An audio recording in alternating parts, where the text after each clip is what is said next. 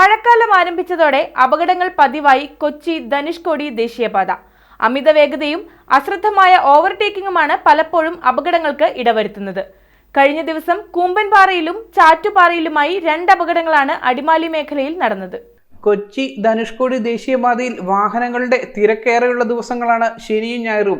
ഈ ദിവസങ്ങളിൽ മൂന്നാറിലേക്ക് സഞ്ചാരികൾ കൂടുതലായി എത്തുന്നതാണ് ദേശീയപാതയിലെ തിരക്കിന് കാരണം. മഴക്കാലം ആരംഭിച്ചതോടെ ദേശീയപാതയിൽ അപകടങ്ങളും വർദ്ധിക്കുകയാണ്. അമിത വേഗതയും അശ്രദ്ധമായ ഓവർടേക്കിംഗുമാണ് പലപ്പോഴും അപകടങ്ങൾക്ക് ഇടവരുത്തുന്നത്. കഴിഞ്ഞ ദിവസം അടിമാലി മേഖലയിൽ 2 ഇടങ്ങളിൽ വാഹനാപകടങ്ങൾ സംഭവിച്ചു. കൂമ്പൻപാറ പള്ളിക്ക് സമീപവും ചാറ്റുപാറയ്ക്ക് സമീപവുമായിരുന്നു അപകടങ്ങൾ.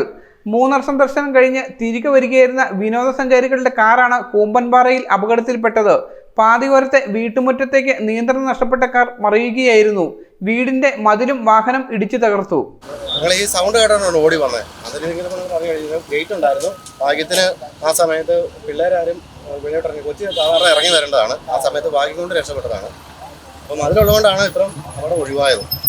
ഇല്ലാല്ലെങ്കിൽ വീടും തകർത്തോട് അപ്പുറത്തോട്ട് പോയാലേ. 4 പേർ വാഹനത്തിൽ ഉണ്ടായിരുന്നെങ്കിലും അപകടത്തിൽ നിന്നും നിസാര പരിക്കുകളോടെ ഇവർ രക്ഷപ്പെടുകയായിരുന്നു.